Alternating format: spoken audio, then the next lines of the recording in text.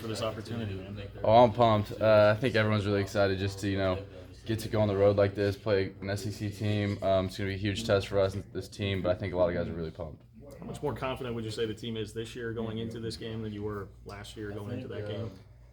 I mean, I think we're definitely pretty confident going into this just because of the way we went out and executed weeks 1 and 2 compared to last year where, we had a tough week 1 and then we had to come back with this game week 2. So it's kind of tough to bounce back from that. So, I mean, I think it helps, that we went out and played like we did weeks 1 and 2. But at the end of the day, you got to go out and attack this new Saturday. It's something new. You can't allow those 2 games to make you overconfident, I guess. But, it's really not about who we're playing. It's about us executing that game plan. So to go out and execute like we did weeks 1 and 2 definitely helps with confidence. I think you had a touchdown catch in that game last year, but not a lot else went, great against those guys. Can you just describe what the locker room was like after that game last year? Yeah, obviously guys were down just because you hate to have a big test like that and to go out and perform poorly. But, guys were still confident that we could do things moving forward last year, obviously, because, at the end of the day, it wasn't a Big 12 game. But it definitely, like I said, hurts because, this is kind of something you look forward to. It's a huge test, especially now to go on the road like this, or even last year having a big SEC team come into your house. And so you definitely want to go play well.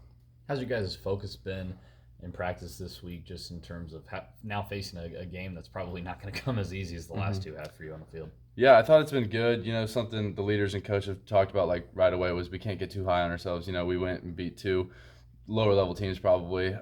We did play well. I thought we executed really well, but at the end of the day, the competition wasn't as good as what we're going to be seeing this week. And so, we've done a good job, I think, of trying to keep everyone level-headed, trying to keep everyone working, and at the end of the day, just keep doing what we did to play like we did those last 2 weeks.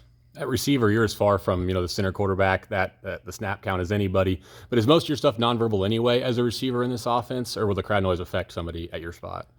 Yeah, I mean we have signals for all of our stuff, and then I usually try not to listen to the snap count anyway because that just gets you into trouble as a receiver.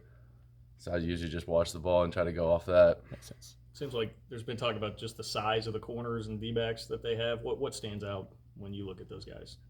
Yeah, definitely good size. From what I've seen on film too, if they do come down and press man, it's a little different than what we see out of our guys. They're going to try to be a little bit more physical, get hands on quickly, and reroute you and stuff. So, I mean, you got to be good against that man-to-man coverage. I've seen a lot of cover 4 from him too. So, I mean, you just got to be ready for everything.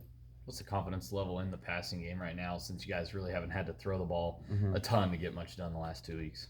Yeah, I mean, I'd say we're a little bit hungry in the receivers room because, it's tough to always go out there and block. But, if we're moving the ball, we're excited to do it. But we know there's going to come a time when people are going to stack the box and we got to win throwing the ball because if we want to be a good offense, you got to be able to do both. And we know that if we can open up that passing game and win versus that man-to-man coverage, that's just going to open up the run game even more.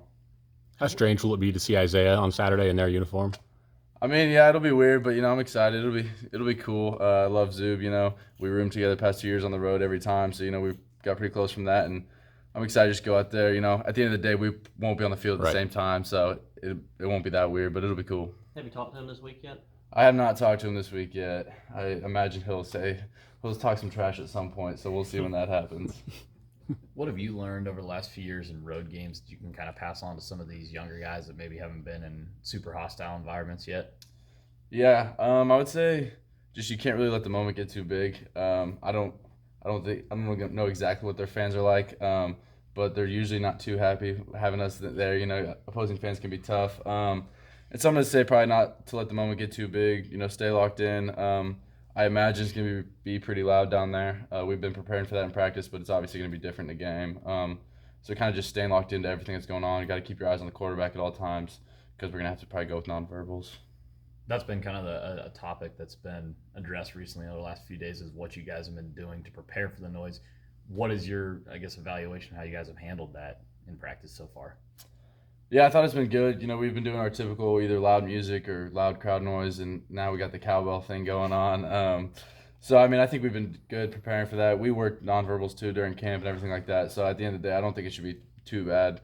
Honestly, when I've been on the road, I haven't heard any place that's too loud. That it's been too big of a distraction or anything. The only thing I can think of that's even similar is the paddles at Oklahoma State. You ever remember hearing those during the game? Yeah, I remember hearing those. I didn't get to play down there 2 years ago. I had a broken collarbone, but I remember hearing them, and what was even worse was all week in practice just preparing with that sound going repetitively. And so, yeah, that's similar to how we've been preparing, though, with the cowbell sounds, I guess. else?